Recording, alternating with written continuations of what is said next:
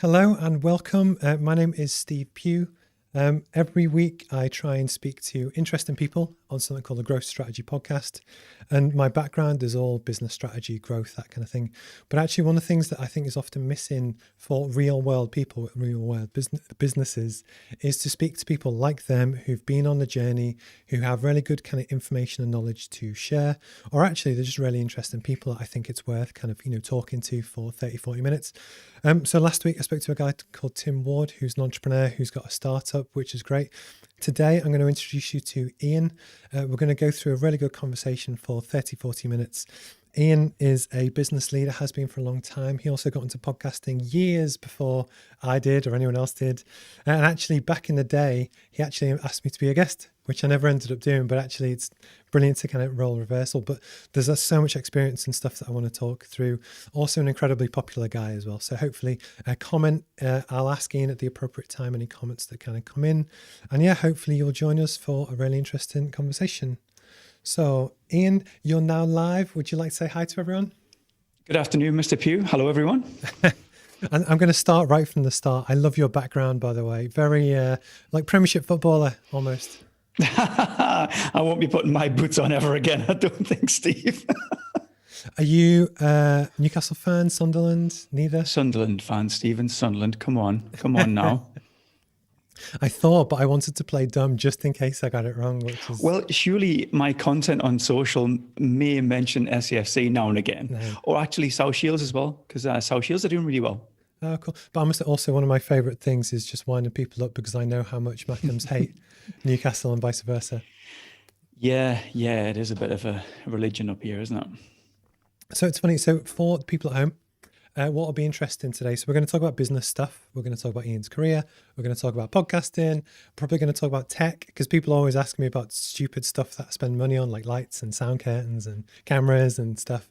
So Ian is the perfect guest to hopefully appreciate, because I'm intrigued by that microphone you've got in front of you. Yeah, this is a really cheap microphone. This is a Samsung Q2U. Often a starter microphone by podcasters, but I've got Rode mics here, and I just love this because it's so versatile. It literally plugs straight into your laptop. So obviously a Rode mic will plug in via XLR cables into mixers and stuff. I can just whack this straight into a laptop, and it's 50, 60 quid, and you're good to go. And it sounds great. Yeah, I 100% agree. And actually, one of the big things that people often miss is treating your room and getting your space right is more important than the actual kind of anyway, we'll come to this later on. I don't want to bore people right at the start. You love it, man. You love it. I love it too much is the worry, because the other thing is... We know. What's quite funny actually is that I had a Teams call with a client in Turkey before, and I'm now embarrassed that when I have a regular call and there's a background and there's a 65-inch TV and just stupid stuff in the background, I actually put on a fake background to hide what they think is a fake background. Right. Wow. And so it's now the point where I'm ashamed, but I love it too much. Anyway, this is all about you. So would you like to tell people a little bit about yourself, just a summary before we kind of dive deep on Ian Farrar? Yeah, sure. I'm the founder of Far North, here you can see, and a company called Carpaway as well, and the host of the Industry Angel Business Podcast. Fantastic. So where were you kind of born and raised? South Shields boy, or well known as a sand dancer. So yeah, all my life been in South Shields, apart from working abroad now and again for different companies. Oh, cool. I've had a few sand dancers on. There's a guy called Aaron Clark that's a finance guy who's from South Shields. And no. You're doing the American thing now where someone says, "Oh, England, you know the Queen, right?" But the funny thing is, and this is almost true because the Northeast does have a very relatively small business network. Yeah. Everyone kind of does know each other. That's the funny thing. So, yeah, and it's lovely. You've got an amazing network. We really do have some great friends, don't we? And we all kind of help each other through and support each other's stuff, which is great. There's no kind of competitiveness. It's a lot of collaborations. But I think that's one of the things that I've almost been playing with a little bit is that so I think, you've got a relatively small business community, compared to London and whatever. Yeah. But actually, because the opportunity is so big and so many people are aiming to go big, so your podcast will go around the world. I think it is that camaraderie that actually it's helping other people, because we're trying to break America and India and Nigeria and, actually kind of do well, that I think there is a really good kind of support network. Anyway, so every week I try and ask people, or I think it's nice to find out a bit more about you and your background and what you like at school, purely because when these all get clipped up and go onto YouTube and they'll stay there for kind of eternity, the hope is that someone in, I don't know, 5 years' time, whoever might be a teenager now, from South Shields, looking to maybe thinking about starting a podcast, thinking about starting a business. And the more that they can relate to people from their area who've kind of got on a journey that they relate to. So for instance, people always think, oh, you have to be brilliant at school to go into business. And the answer is no, you don't. But it's that honest sharing of kind of background, I think is really, really valuable. So would you be happy to kind of walk us through your school days? What were you like? Were you good, a naughty kid? I think you're a naughty kid. It's really funny. I'm laughing there. I'll digress a second. I did a talk for a school, actually my old school, last year, I think it was, before everything went crazy. And a young guy come up to me about a month after I gave the talk. He said, "You're Ian, aren't you?" I said, yeah. So I loved that talk you did at my school. He went, I was in sixth form at the time. I went, are you not anymore? He went, no, I quit the next day. And I went, what? And he said, yeah, I heard what you said about, how you left school and you wanted to get straight into apprenticeships and earning money, and, learning wasn't for you and you wanted to learn on the job and do day release. So he went, I've started an apprenticeship. I quit that week. And he said, I reached out to a few people that I knew, or my dad knew, and got me apprenticeship the next, and I'm loving it. Wow. He said, I'm absolutely loving it. And I was like, ooh, close call. but it's true. And it's one of the things that I remember all the way through school and stuff. All people champion was education, degrees, And ironically, the more you kind of go through that process, you realize they're not as valuable as people think. I had this chat with my wife yesterday walking into town. It's almost that what you want is good work ethic, good passion, good commitment, whatever. And you can't be taught that. That is something that you have or you don't have. And ballsy move. I think some of the stuff we're doing right now as well is brand new, Steve. So you can't be taught, because we're learning on the job, especially in my role. What we do here in Far North is we're trying to be really cutting edge with a lot of the social stuff, a lot of the content creation like we're doing right now. You kind of teach that. And even talking to marketing, I do some guest lectures now and again for universities, and I'm talking to students within marketing, and they're learning quite often dated techniques or older books. Mm-hmm. And I know some of the books, are timeless, but sometimes I get shocked at the things that they're not being told. Yeah, I'm with you. But in terms of my school, I was rubbish, Steve. I was terrible. And what's really funny as well, I kind of messed about a lot at school. And then 40 years later, I'm now the vice chair of my first primary school, Catholic school in South Shields here. And when I first got there as a school governor, my reception teacher was still there, who used to smack me as a kid, because you could smack people back then in the 80s. And I still had it in for her. And I came through the door and she knew me and I knew her. That's something, because I moved away quite young. So I never really saw my teachers in Sainsbury's or whatever. But I can imagine did you enjoy school? Was it a good fun time or not? Or? Secondary school, I really didn't. I didn't like learning, and I think we've got a lot to learn here in the UK. I don't open a massive, can of worms or jump on a soapbox. But as I say, I am a school governor, and I do. I feel I've got a daughter who's 12, so I watch her education. I mean, example being today, I drove her into school. She had triple maths today. She had double maths in the morning, in the afternoon, another math lesson. And the focus on math is just, I can understand, I know why, I've seen the figures and stuff, but you pick a country like, Finland, for instance, who are much less kind of laid back, but they're at the top of the rankings, because they're not so prescriptive of what children need to do. They're not ranked, they're not put in streams. Even the teachers are quite self-autonomous in schools. So I didn't like it, because it was just putting me into a box, and I don't care who Henry VIII's wives are, or the capital of Peru. If Neville Timeout's watching, that's a private joke. I want to know stuff that I'm really interested in, because that's where we learn, Is it Lima, by the way? Well done. But I agree with it, because one of the things that I used to find is that whenever you give someone a label, labels stick. And I can't remember what they used to call it, but when I went to school, it was also a Catholic school. You had like extension set, then you had 1, 2, 3, and I can't remember what they called it, but there was the kids that maybe weren't as fast as the others. Yeah. But as soon as you put someone in that class and everyone knows it, they then start to play that character that they're never going to help them Yeah. grow out of it. Yeah. That I 100% agree with you. That's a really good point. I was born in August, and I was always a young boy at school, and it started really early. And my mum used to always say to me, I wish you'd been born in September and you'd been the next year Yeah. and been a lot more mature than. Can I throw out a really stupid stat? I don't know how much you read, but there's an author called Malcolm Gladwell. Does loads of like interesting books. And he talks about he talks about American ice hockey players that made it to the NHL. I almost said NFL, which would be stupid, but anyway. And actually, almost regardless of talent or skill level or where they were coached or whatever, the biggest driver was actually when they were born.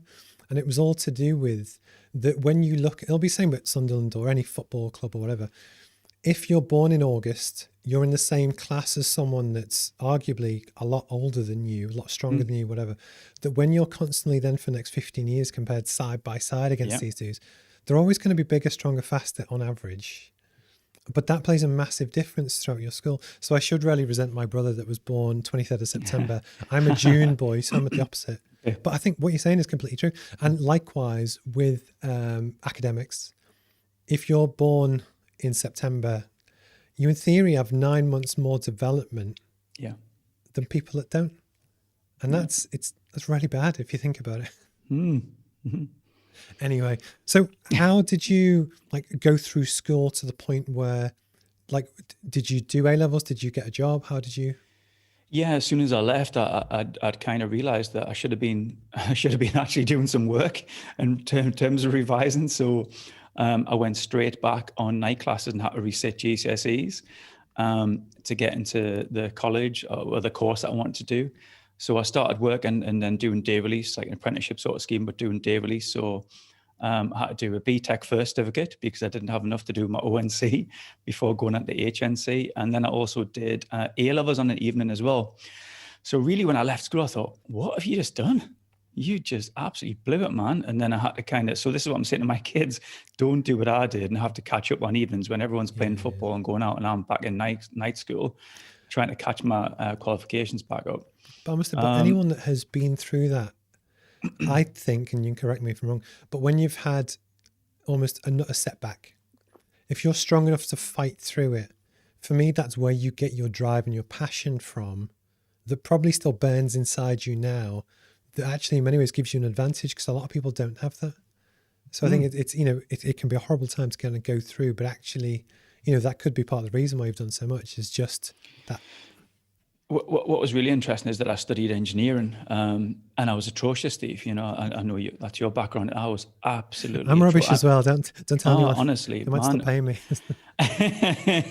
The thing with me is I worked for NEI at the time, and you had Parsons, Clark Chapman's, and Railroads, big engineering institutions here in the Northeast who were then subsequently taken over by Siemens and before that Rolls-Royce actually part of the group.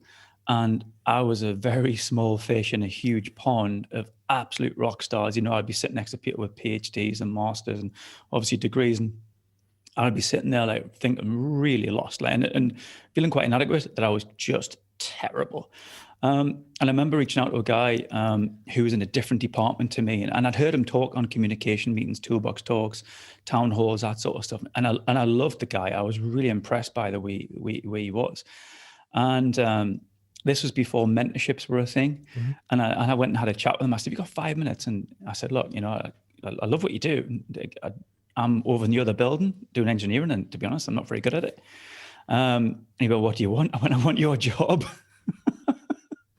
And he said, well, that's cool. He said, I want my boss's job. And he said, well, maybe I could bring you over and get you there. And he became my kind of unofficial mentor, but I managed to get a sort of secondment over in that department, which was commercial.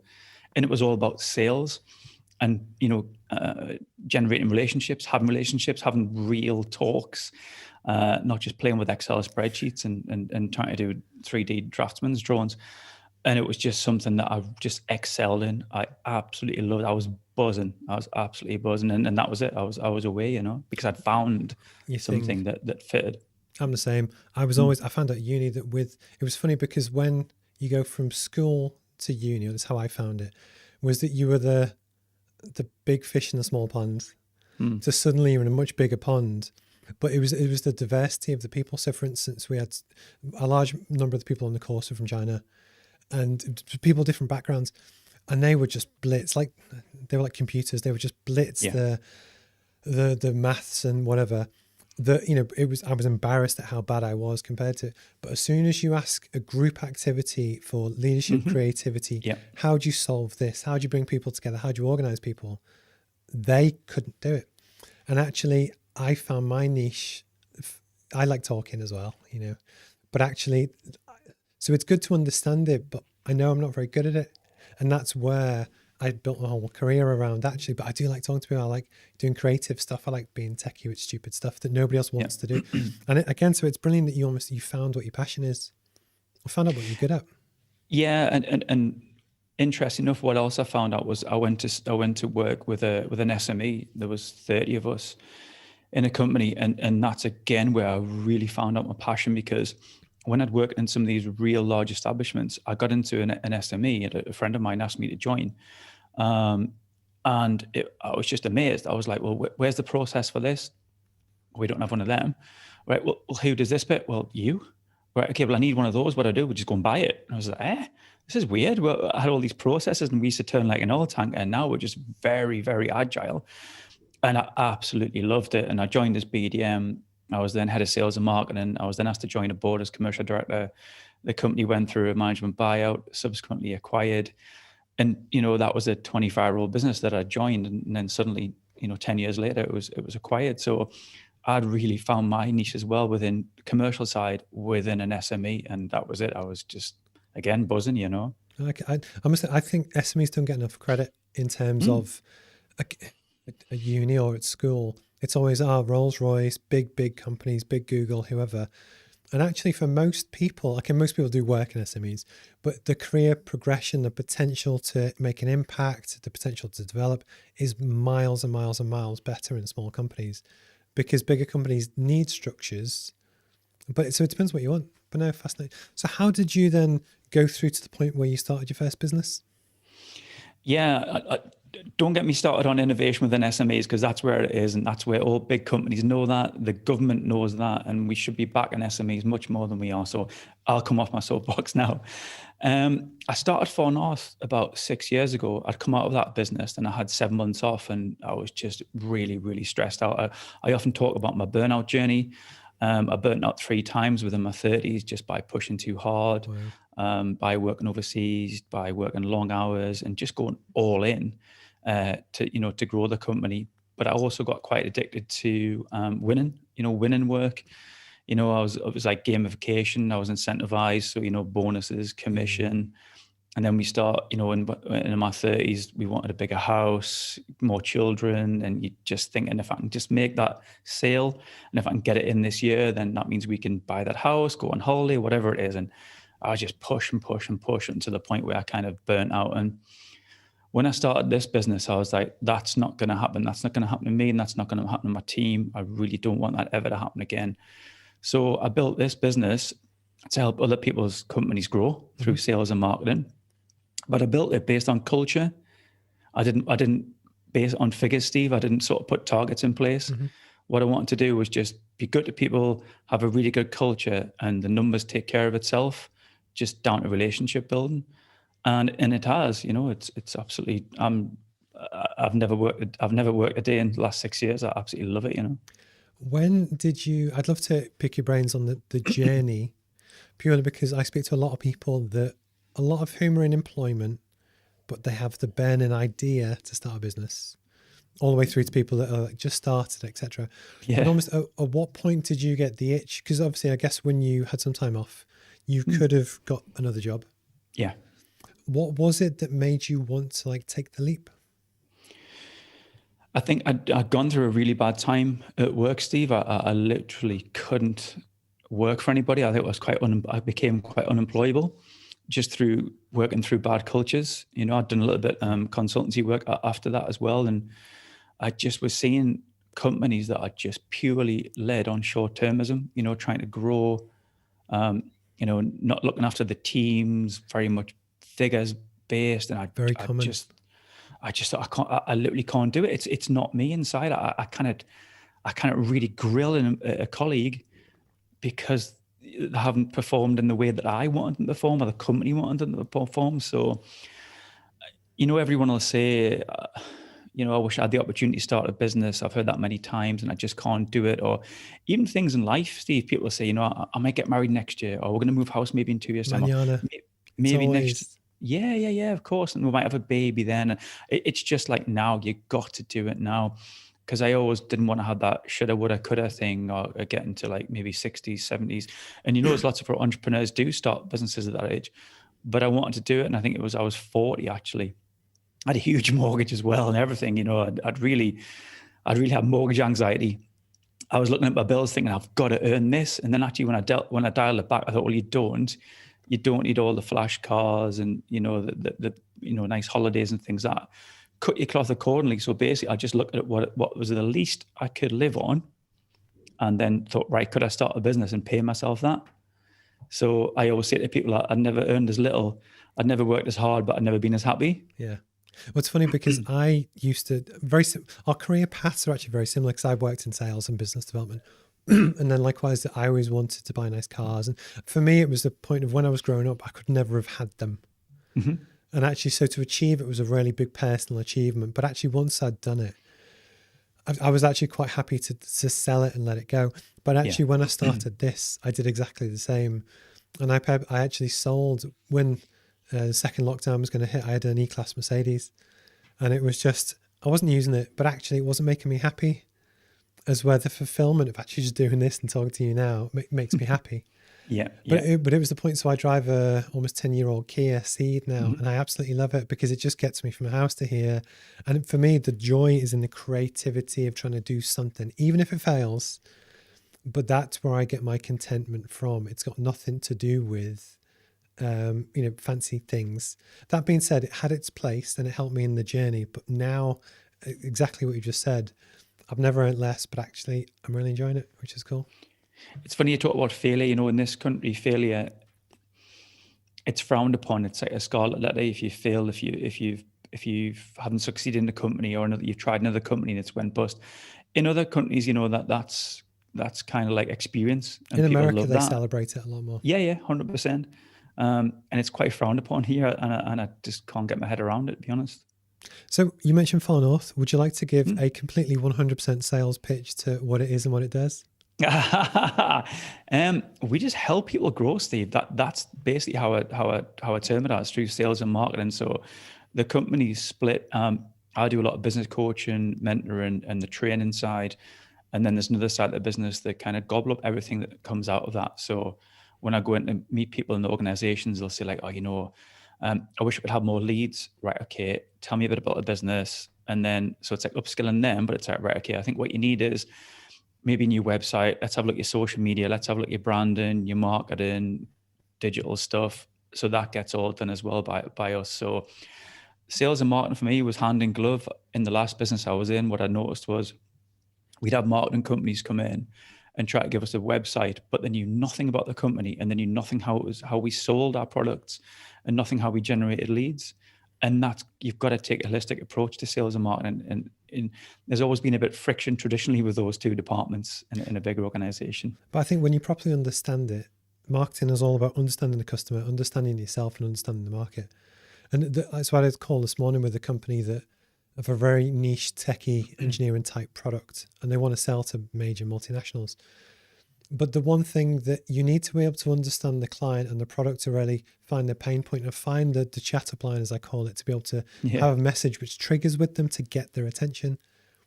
But it's, so I think they are one in the same, they're part of the same dance. So I can 100% agree with you. Yeah, totally. So really it was about being one trusted partner, being able to do the whole thing and not have to say, well, okay, we do this bit, but I know someone who does that bit. No, let's do it all. And that's tough. That sometimes that's a stretch for us as a business. And sometimes we take on bits that we don't make money from. There's less profit in it, but it gives a better service. And every morning we have our GSD meeting, and can I swear on this? Yep. Yeah. Okay. It's get shit done. You probably, everyone knows that term. We have a GSD meeting, and every time is, I want A star. That's it. A star quality. That's what I want out of a business. I want our clients to love us. I want to love them. I actually just had a conversation about 20 minutes before we joined and said, if you don't like that particular client, we'll move them on, because I want you guys to enjoy your clients as well. If you don't like any projects, we don't have to do anything we don't want to do. But in the past, it was all about the numbers, and yeah, I know there'll be a pain, but let's sort that out. No, not this time. If there's not a cultural fit with our clients, we'll move them on, because I don't want people worried or getting bullied, frankly. I've seen that in the past as well by clients.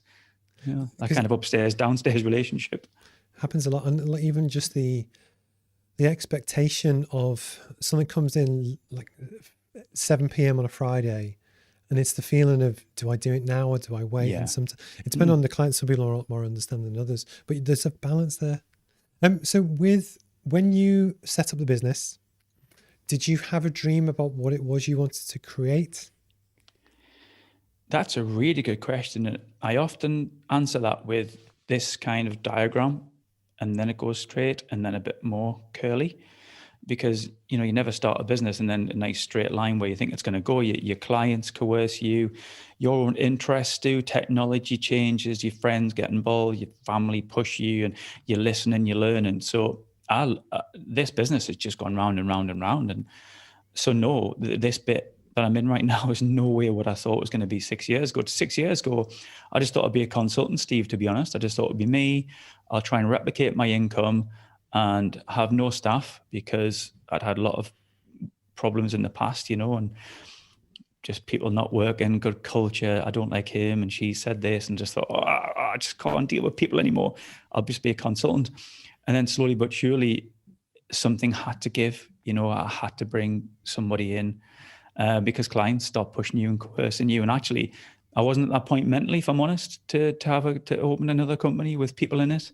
I didn't have the bandwidth. I didn't have the headspace to do it. But now I have, and the gloves are off now. And to be honest, it's not. I can't put the brakes on anymore. It's freewheeling down the hill the way it feels, and I'm just trying to roll alongside it and keep it steered in the right direction. But it's really exciting. I love it. So almost where you launch, you learn, you iterate, you evolve, you do it again and again. Yeah. And it's just how things change. So out of interest, so you started the podcast also about 6 years ago. Yeah. Can I ask you, why did you start the podcast? So I was a huge fan of audiobooks and internet radio. This is a long story, this one, but I'll try and keep it short. I'm a huge goal setter. I give myself a goal of reading the top 100 books as recognized by the BBC. And I always say to people that if they've ever seen Moby Dick, or if they've ever read Dostoevsky, they're just, are the classics. So what I started doing was kind of cheating a little bit, and I was listening to them as audiobooks. And I also loved internet radio. So I loved some stuff in the States. I'm a huge fan of like conspiracy theories and UFOs and secret bases and stuff. So I was listening to the likes of Art Bell on Coast to Coast, and just love and dial into some of those American radio shows. And then I found that purple icon on my phone, podcasts, Apple Podcasts at the time, and started searching on all the things that I was interested in, particular genres. And that's the way I learn. I've got loads of books. People send me books all the time, and I don't read them, but don't tell them that. I love them. I love having them as ornaments that are all signed. But yeah, that's my chosen way to learn. So I was just bashing through content, 2 times speed. That's how I listen to my podcast. I'm literally just taking it all in quick.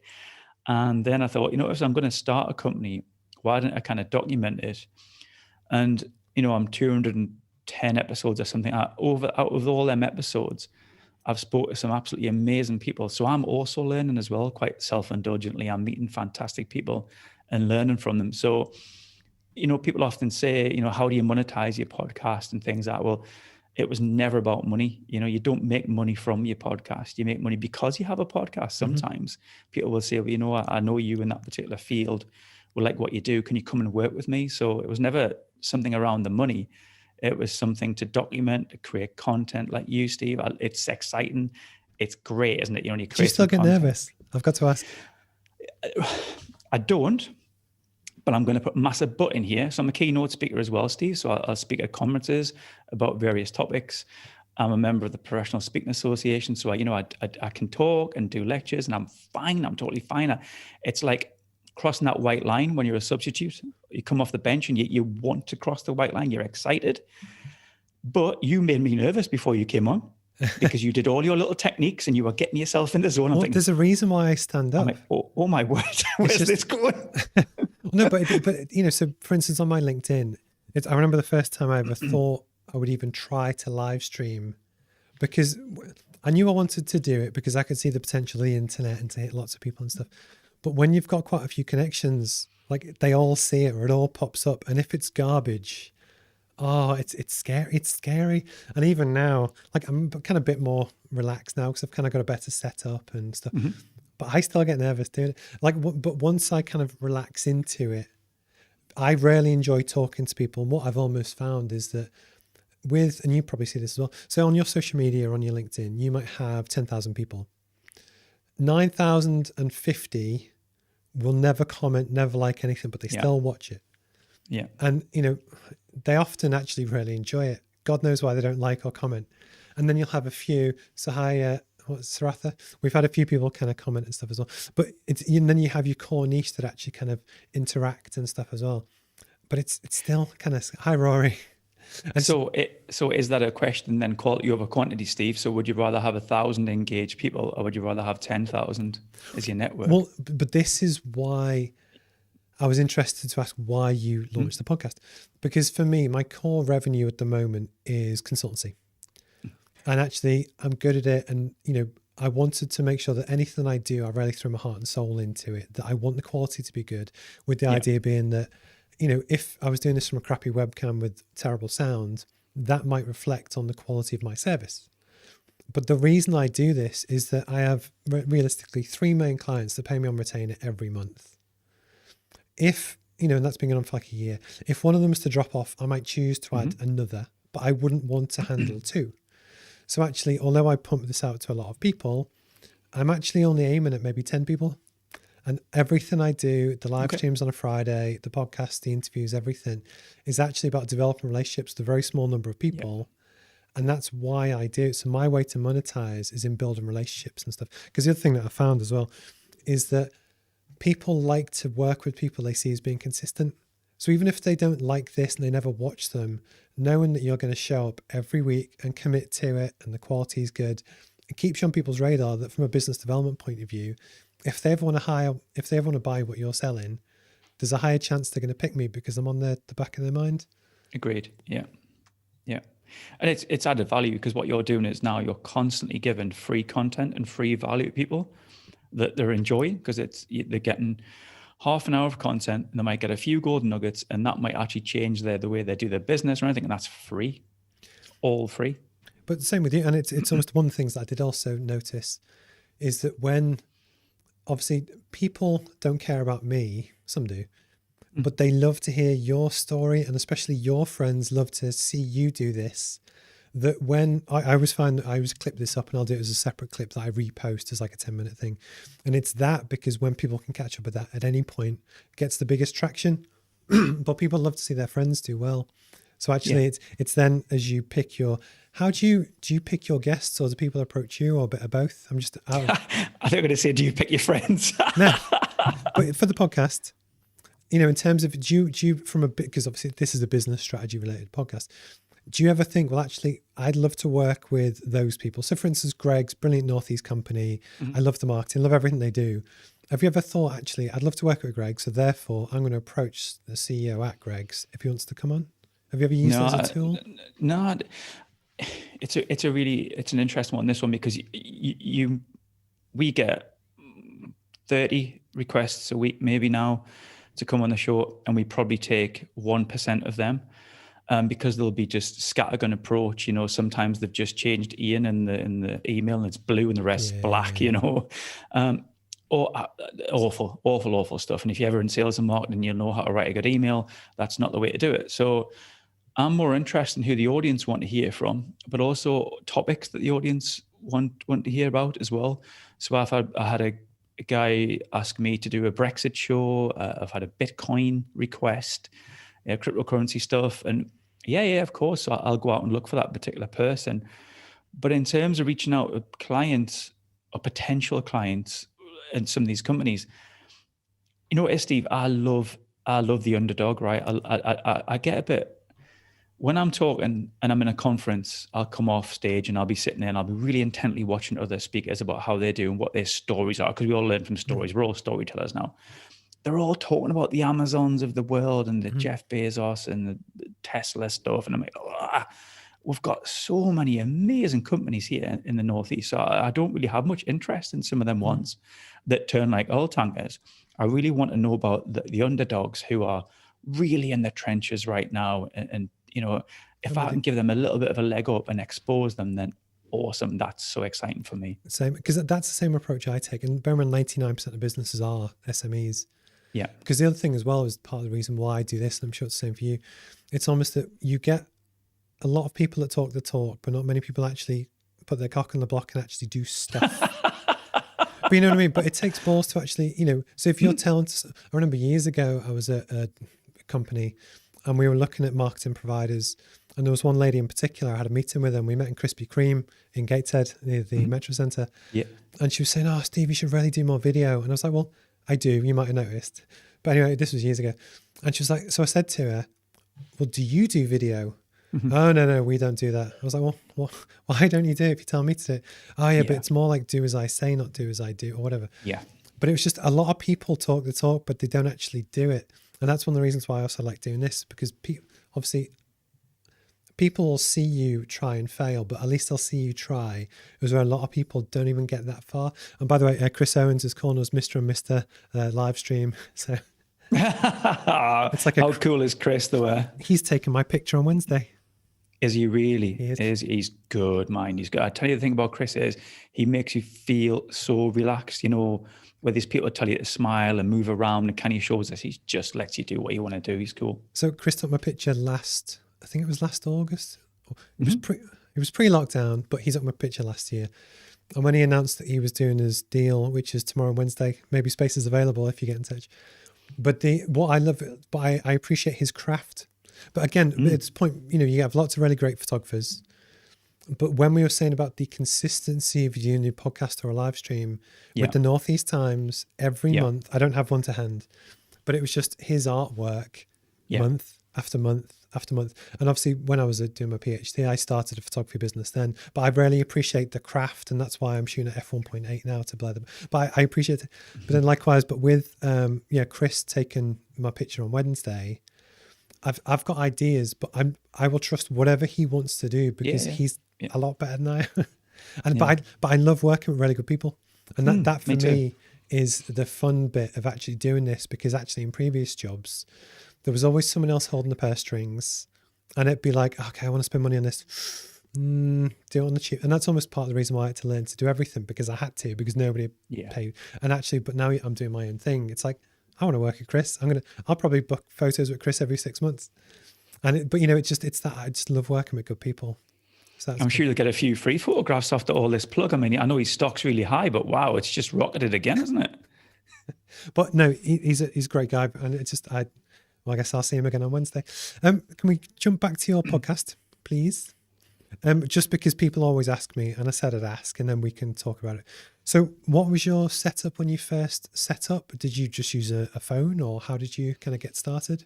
Basically with the Samsung Q2U, might even be this one actually. I've got about 3 of them. Just that. And actually I've got a Zoom. You've seen a Zoom? A Zoom audio recorder? Yeah. So versatile, because you can plug 2 microphones in the bottom as well as them having their own microphones on the top. So if I was ever at a conference and there was a speaker there, I might have grabbed them at the end and just whipped out my Zoom that was in my man bag and just, put it in front of us. And I literally could grab 10 or 15 minutes, like a roving reporter sort of style. That was pretty cool. And then when I do live stuff in here, when we're allowed to do it in front of an audience, basically I just pop my Zoom on the floor and wait. You've got like chairs in an audience. Oh, yeah. I need to come and play. I just don't, because actually what you'll do is you'll tempt me to spend more money and get a bigger office. Yeah, like I say, we people come in, we'll have beer and pizza. You probably get about 60, 70 people in. We used to have a great time downstairs. How big is your place? Where are you based? I'm in a business centre in South Shields. So downstairs, there's a big conference room. So we just have that for the night. I know where you are, actually, Yeah, bring beer and pizza in. And we're actually still doing it. I'm still doing South Tyneside business talks for them now, but it's remote. But when we do it downstairs, I'll just sit opposite a guest, a bit like Parkinson or a Wogan. I'm showing my age here, and literally just put that Zoom on the floor between the two of us now, and just look down and check the levels. But just put a boom arm in and just put these mics on. It just works fine. You don't need to spend an absolute fortune. And I know lots of people do procrastinate, and they'll say like, I'm going to wait till I get a better camera. My lighting's not as good. If the audio's fine and you don't have to spend a great deal, you could do it less than £100. Just start. So, with this mic plugged into my laptop, I was good to go. Just with a pop filter on in a relatively deadened room. And it was probably my kitchen table at the time, I think it was. And then just roving reporter with my Zoom. See, what was quite funny, so I started a year ago in my spare bedroom. It's like the office. And it's a pretty small room, so it's about 8 feet. I can just about touch both walls. It's small. And then, bear in mind, you've got to fit the camera in the middle. But I was getting really bad echo, so what I did was, my wife used to hate it. I go into our bedroom and take the pillows and then stack them up. And it works. And then even before I moved to this room, like, I don't know, a month ago, upstairs, I had 6 Tesco's Basics pillows for like £3. And I would use them just to try and dampen the room. But I kind of went big and expensive in here. But it does work. Because again, it's that element of, if the sound quality is trash, nobody's going to listen to it. So almost, even if the content's really good, it's not going to work. But again, you don't have to spend a fortune. You'd have to spend 30 grand on stuff that you... No, and I've turned loads of podcast stuff before just because the audio is terrible. I mean, actually in this room, it's a bit echo. You've got boom, bass, foam in the corners and, sound panels everywhere. Still a bit echoey. But yeah, I've turned off loads of great podcasts before because the sound's been terrible. So I think there's so much content out there. We've got so much to choose from. When people choose yours, I feel quite honored. Yeah. So yeah, it makes that's almost why I do this. And it's like when I do my classroom thing on a Friday morning, live Q&A. It's like when someone tunes in from India or Dubai or something, and you can talk to them. It's mind blowing, and it's just I love it. Anyway. Who's the best guest you've ever had? Oh wow, wow. I love Ted Rubin. Ted Rubin's probably one of the top marketers in the world. He wrote a book. What was it called? How to look you in the eye digitally, was it? Anyway, Ted has just got a fantastic ethos, values, culture. He's amazing. He spent some time with Seth Godin. Seth, yeah. He used to work at New York with Seth, and he would get in early apparently. So then Ted did as well, and he would just sit next to him and just soak it all up, So Ted was amazing. Jeffrey Moore, who wrote Crossing the Chasm, quite a well-known marketing book. I spoke to Jeff. He was pretty cool. I like Adventurous Steve as well, and that's just me being self-indulgent. I love the people to tell you how they got through. Have you seen or tried the Jason Fox Wild Tales podcast? I have, yes. Sponsored by Talisker, as he always says. Talisker, yes. Apparently it's sponsored by Talisker. he doesn't stop mentioning it. But anyway, actually I met Foxy at this. It was an oil and gas event, and he's I'm 6'3", but he's a big kind of guy. But I love he's very genuine, and when he asks his guests about their adventures and stuff that they've done, like because he kind of understands it, but then likewise he'll break it down into layman's terms for me. Yeah. Oh, I love it. But again, it's a way that it gives you to live out adventures, and he talks to people that went through, sailed across the Atlantic on their own or whatever, and you kind of get to live it for that 40 minutes. And and this is again one of the big elements of communication, is the fact that you can hear the tone of voice and the storytelling and the funny anecdotes and stuff that you don't get in books, in written word. I think one of the ones that always stands out, actually, James is a friend of mine now, and he wrote the Ultimate Triathlon because James did row the Atlantic single-handedly, cycled around the world and climbed Everest, the Ultimate Triathlon. And James is just inspirational stuff.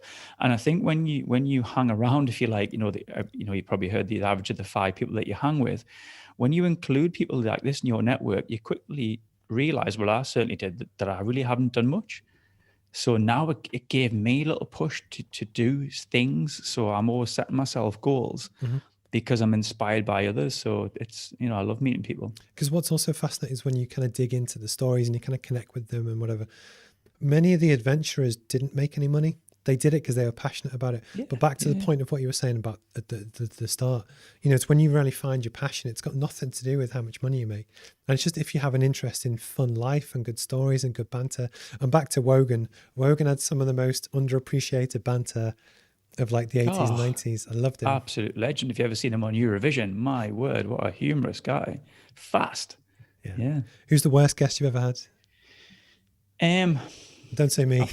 I won't, I've had two, but I won't name them, but I'll tell you a little bit about them. Both of them are quite high profile and they're all in it for themselves, if I'm honest. And they are very unappreciative because, at the end of the day, you're exposing your audience to them. Yep. So then you've got to be very humble and, give as much as you can and give a good show, be thankful. Oh man, it felt so transactional.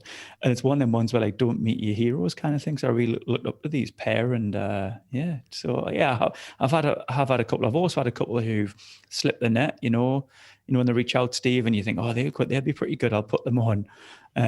One lady from America, she was just wild. I thought, I can't put her on. I actually can't put her on. So she kept emailing saying, when's my episode live? When's my episode? Oh, I might have had a few problems with the technical sound quality. So Do you do any live? yeah, all the time. Yeah. I was going to say, have you ever had any shocking live technical issues, like just torpedo you whilst you're on? Yeah. Can you remember the 8 hours 42 live stream I did with 16 guests back to back? April Fool's Day of last year. That was wild. Because that was a seamless segue to what I was about to ask you about. So do you want to tell us about it? Yeah, obviously lockdown happened in like the March time, wasn't it? And I think we were just lost. A lot of us were just lost in the business community in our little network, and the content was drying up. Social media, LinkedIn was just dead. A lot of them just didn't know what to do. Do a stop, do a start, or a furlough? Is this for good? And I just thought, right, I'm going to reach out to people. And it actually gave me some focus, if I'm honest, because my work had stopped as well. I had an invoice for 2 months. So I just thought, right, I'm going to speak to a few people. And then when I reached out to a few people and said, look, I'm going to put this on April Fool's Day. I can't remember what I called it now. Let's get back or something. Back to bit. I can't remember what I called it now. And then everyone said they would do it, because normally everyone's like, well, I can't make next week, mate, but I know next time. And then, but of course, 16 people who were doing nothing, because everyone was doing nothing, said yes. So it went ahead. And see, I thought it was just you getting drunk with Jeff Cam, talking about Star Wars and stuff. Yeah, it was supposed to be 8 hours, but an extra 42 minutes of drinking with Jeff at the end. I was punch drunk, actually. I was absolutely flagging. I was so tired. Normally we do sort of 2 to 3 hour little mini conferences once every couple of months. I've got a couple of booked in. I've got a third sector one and an art specific one. And you'll know yourself, Steve, it's quite tiring, isn't it, to speak to somebody, but then you're now thinking about what question you're going to ask me, even though you're trying to listen to me. And then you're looking for little segues and, I'll go off on that little tangent. It's tiring. 16 people back to back. And of course, I didn't know what they did. I had like my local MP on. I had Alfie Joey on. Lots of like quite diverse people talking about different stuff. And I'm like trying to hold my own. I don't think people appreciate how difficult it is. I had someone critique me or give me notes on something that I was doing to do with a live stream or something. And it's like, I don't have a producer. So I have to make sure it's technically all working, talk to someone at the same time as checking the stream, read my questions, read the comments that come in at the same time, and still be engaged. It's tough, but that's why I appreciate your craft, because it is difficult. And you're live as well, which has its own nerves, because as soon as you press that button, the nerves start to kick in. Will I say the wrong thing? I mean, you never do, but you'll just start. The mind's so strange when you're live, because all sorts of things will be flying and stuff. So it's really interesting. It's a bit like being a speaker and someone at the end saying, I really enjoyed that. What I want people to say is, which bits did you really enjoy? What bits did you not? But feedback is a gift, and you don't need to take the wrapping off it. So if someone gives you some feedback, I want them to kind of say, look, do you want some feedback? But sometimes people give you, and it's like, it's a bit harsh. I didn't ask for that. Anyway, what's the dream Either it could be personally, professionally, business-wise, climb Everest. Yeah, I think I'm potentially going to do Kilimanjaro, Nice. but Everest would be good, and everyone knows that I've always wanted to do it. And my parents know that if I get to the top, I'm quite happy if I don't come back down again. My mum's like, "No, you what?" I love adventure. I Imagine really, what a really. story that is, though. Oh man. Well, do you know what it is as well? Actually, there's a lot of adventurers now doing other things because Everest is a very commercial. There's literally a wire you clip yourself on, and people drag you up for 80 grand or whatever. The dream for me is basically like this. I'm absolutely loving this. I've got, a couple of young girls working for us at the moment who are absolutely inspire me, who have just blew me away in this last year on how quickly they're adapting and picking stuff up. And just like what I said back at the start, because this is all new, you don't need 10 or 20 years experience in it. You can literally come in young and start to really hit the ground running. I want 20 of them. I want 30 of them within the next few years. I really do. How did you hire them or find them? I'm intrigued. I really wanted to go down the apprenticeship route. I wanted to take someone young and do what I didn't have. I didn't want them to have a bad career. I want them to have a good culture. I want them to just be happy at work. If they are, that's what makes me happy. Seeing other people happy makes me happy. And that sounds really cliche and a bit cringy, but it just isn't. I love it. And I wanted to get them in young and kind of just, I didn't want to shoehorn them and say, right, or pigeonhole them and say, that's what you do. I'm like, what do you fancy? What do you fancy doing? And let's do that then. And it's dead exciting. I've got no idea where this is going, but I'm going to let them push it. No, because what I try and do is that I'm a watcher. So, for instance, the first time I met Paul Lancaster, I just sat at the back of the room for Founders Friday and just watch. But actually, both digitally on social media and stuff, I look for the doers, and it's the people, because I know how hard it is, that when you see people putting their own neck on the line to launch a new product or launch a podcast or run an event or do anything public, I watch and I try and celebrate them. But likewise, I know that they're the people I want to work with. It's not the people that have the CV or have the job title or whatever. And I've on the back of my mind, I know probably about 5 or 6 people that I'm kind of just watching their careers. And at the right point, depending on how my stuff going, I'll be like, do you want to work together? And it's just, but it's all about, cool. I like, even if they try and something and fail, if I like them, because it's that you can't kind of fake or something. Yeah. Cool. Well, very conscious. We've been talking for a while, which I know we do this for a living, but anyway, it's cool. In every interview, I always love to ask a first few questions. And it's funny, actually, I got interviewed the other day and they asked the same question, but anyway, I own it. What's the best advice you've ever had? I just did a post on this last week on LinkedIn. It's the best and worst from my father. And actually, when I put the post out, everybody else started putting their advice in as well, which happened to be from their father. So isn't it great how much they influence us? And he gave me the worst and the best. Worst one was, once you become a boss, you can't be everyone's friend, which I don't take that on board. Because if people take a lend of you, it's on them, not you. It's they've done something wrong, not you. So, I try to be a good leader. And also you've got to look at yourself in the mirror, so be humble, don't step on anybody and just play a straight bat, really. No, it's funny. When you were saying about the father thing, so my parents got divorced when I was like 9 or 10. So I didn't necessarily grow up with a father, but my mum was my big role model. And I think the big thing that I got from her was that she was a din lady for a long time, then she worked on security, and basically she balanced like 2 or 3 jobs to pay for me and my brother to kind of go to uni. But it was that work ethic. Like even on Christmas Day, she'd be working and we'd sleep in and we'd get up and we'd have Christmas at like 12 when she got back.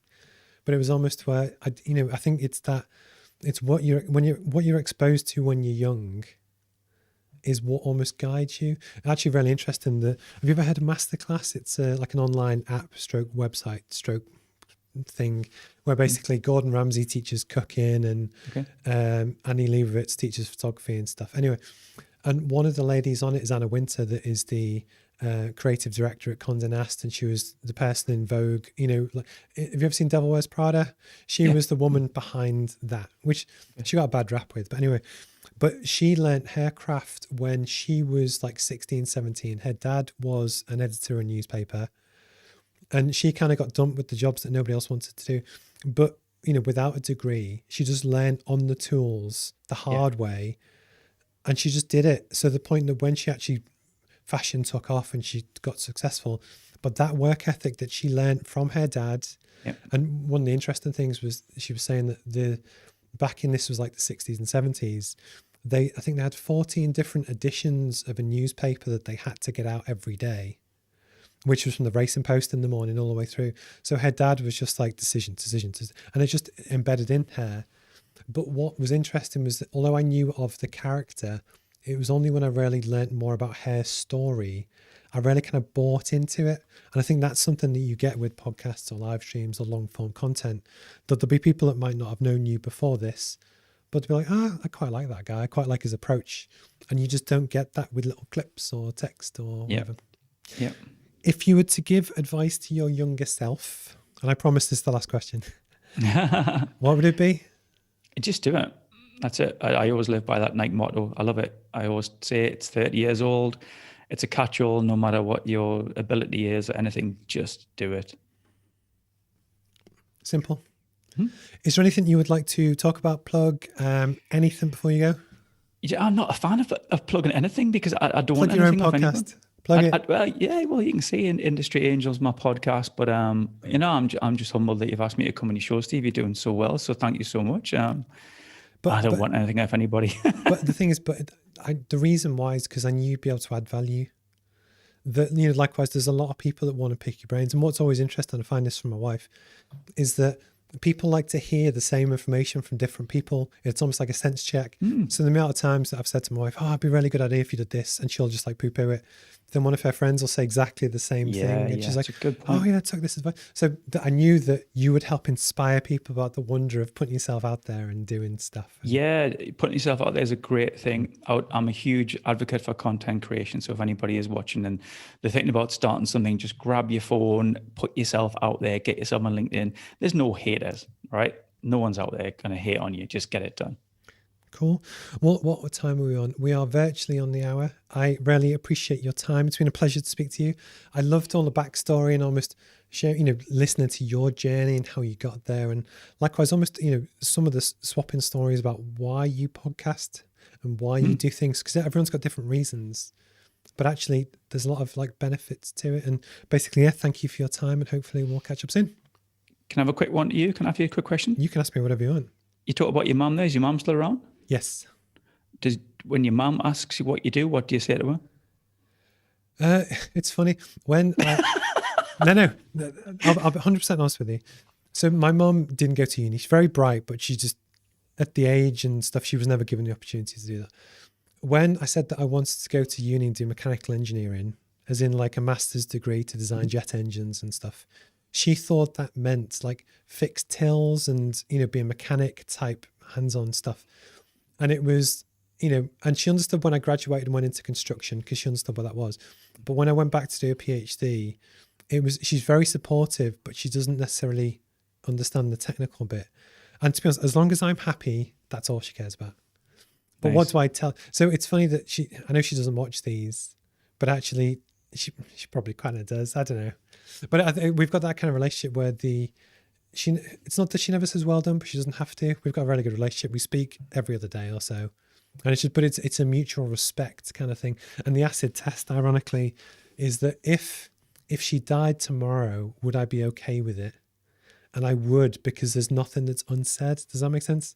I've often said that, yeah. And it's that balance where, that's not true with everyone. But if they've had a good life as well and had a good innings, then you don't feel like they're being cheated, so you could be at peace with it. But I'll tell you what it is, when that time comes, I'm going to be a wreck because I'm a huge fan of my mum. I've got another random question for you. It might get very morbid though. You were saying before about how aims and goals and ambitions and stuff. One of the things that I've started to think, and this might be really bad, is that I love being active and, using my brain and that kind of thing. I'm really scared about one day, where I lose independence or brain function or whatever. And it's almost where I don't know if I want to live to 110. It's almost where there's things that I want to achieve. And actually growing up, it's funny, actually, when I was probably about 17, I wrote a list of loads of things I'd love to do. One of which, I've never been arrested. I've always wanted to get arrested one day. Well, I can sort that out for you. Yeah, carry on, keep going. But Everest was one of them. But the point is, it's almost where at a certain point, I hope that I will have at least tried everything I want to do, even if I fail at it. Yeah. I'll be like, you know what, I'm done. I'm good. And then I'll give all my money to a cat's home or something. But it's just Fabulous. But anyway, cool. I was going to say the one thing that worries me is not being able to do what I want to do, because I just can't. I love leaping, jumping, riding, throwing, swimming. But you know what it is, we're getting younger and younger as we get older. So a letter from the king, Steve, that's what we'll be getting. Oh, maybe. Cool. Well, I appreciate your time. I promise I'll end the call now. But it's a pleasure to kind of catch up, and hopefully I will see you around. And as soon as I get my photos from Chris Owens, I'm sure you'll see them as well. I'll be getting a signed copy. Thanks, Steve. No worries. All right. Cheers, mate. Thank you. Oh, and it didn't connect, so I'm going to do it.